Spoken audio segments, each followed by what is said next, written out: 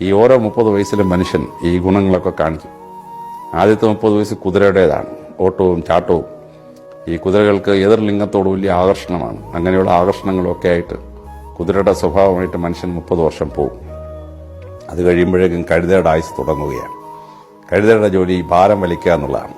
അപ്പോഴത്തേക്ക് മനുഷ്യൻ വിവാഹമൊക്കെ കഴിച്ച് 1-2 കുട്ടികളായി ശമ്പളം കൊണ്ടൊന്നിനും തികയത്തില്ല. കഴുതയെപ്പോലെ ജീവിതഭാരം വലിച്ച് 60 വയസ്സ് വരെ എത്തും. 60 വയസ്സ് കഴിഞ്ഞാൽ പിന്നെ പട്ടിയുടെ ആയുസാണ്. പട്ടിക്ക് വീട് കാവലാണ് ജോലി. മക്കളും ഒക്കെ അങ്ങ് അബുദാബിയിലോ അമേരിക്കയിലോ ഒക്കെ അങ്ങ് പോകും. ചിലപ്പോൾ മരുമകളും കൊച്ചുമക്കളും കൂടെ ഉണ്ടാവും.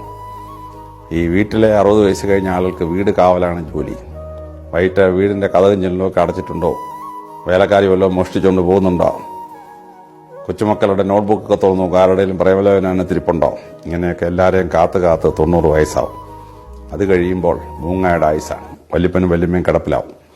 വല്ലപ്പോഴും കൊച്ചുമോനോ കൊച്ചുമോളോ വരും. വല്യപ്പച്ച ആ പാല് വേണോ, മൂളും. മൂങ്ങയുടെ മൂളലാണ്. അടുത്തത് ലണ്ടനിൽ നിന്നുള്ള മോളെ വരവാണ്.